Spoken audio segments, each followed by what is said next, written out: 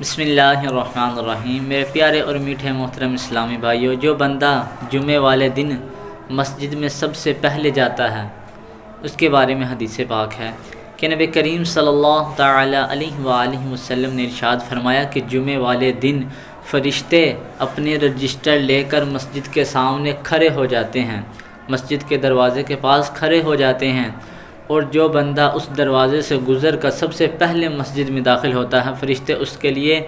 ایک اونٹ ذبح کرنے کا ثواب لکھ دیتے ہیں، اور جو اس کے بعد مسجد میں داخل ہوتا ہے یعنی دوسرے نمبر پر، تو فرشتے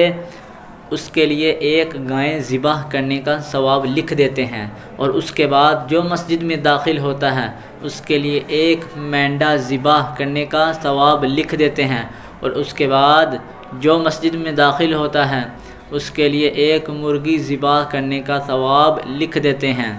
اور جو ان کے بعد مسجد میں داخل ہوتا ہے ان کے لیے ایک انڈا اللہ تبارک و تعالیٰ کے راستے میں صدقہ کرنے کا ثواب لکھ دیا جاتا ہے۔ اور اس کے بعد جب امام خطبہ دینے کے لیے